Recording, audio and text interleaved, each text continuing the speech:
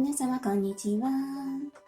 今回は中国語で色の名前ですね。色という中国語は颜色と言います。中国語で色の名前についてご紹介していきたいと思います。まず一番上、紅色、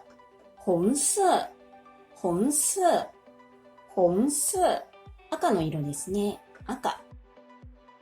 中国語では紅色と言います。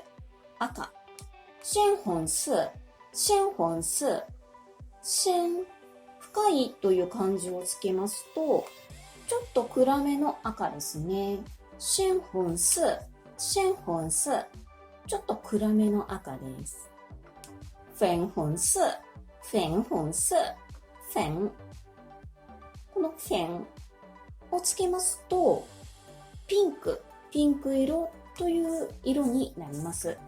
粉紅色、ピンク色。紫色、こちらは紫色ですね。漢字の通り紫色、高貴な色です。紫色、紫色。橙黄色、こちらは橙色というオレンジ色の表現ですね。橙黄色、オレンジ色。黄色、こちらは漢字の通り黄色ですね。黄色です。鮮やかな黄色です。黄色。上に行きまして、蓝色。この蓝色で青という色です。青です。普通の青です。蓝色、紺色ではなくて青です。青色です。そして天蓝色。こちらは空の色、天の色という青ですね。天蓝色、空色、空のような色ですね。そして水色、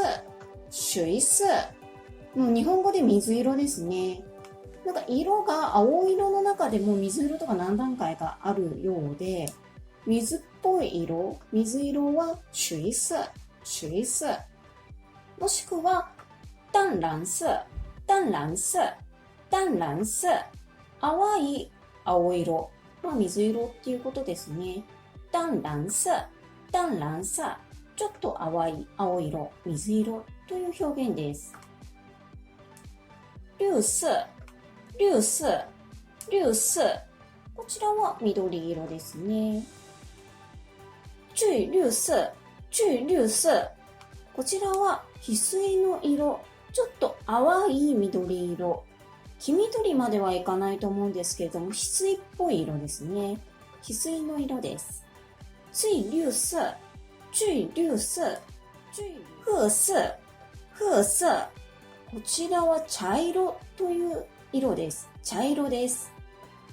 褐色、茶色。茶色よりちょっと深い焦げ茶を棕色、焦げ茶、焦げ茶。もしくはカフェ色、コーヒー色、焦げ茶ですね。棕色とカフェ色はだいたい同じ焦げ茶色です。そして白色は白。ララちゃんの白です。黑色、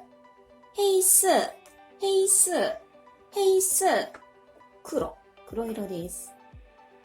灰色、こちらは灰色。灰色、白色、黑色、灰色。こちらはわかりますね。白、黒、灰色。そして中国語で色というのは颜色と言います。颜色。ですので、これは何色って聞きたい場合は、这个什么颜色という聞き方になります。什么颜色で何色ですかっていうことですね。这是什么颜色？这是什么颜色？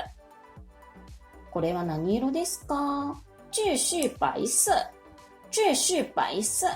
これは白です。这是黄色。这是黄色。これは黄色です。このような言い方をします。以上です。ありがとうございました。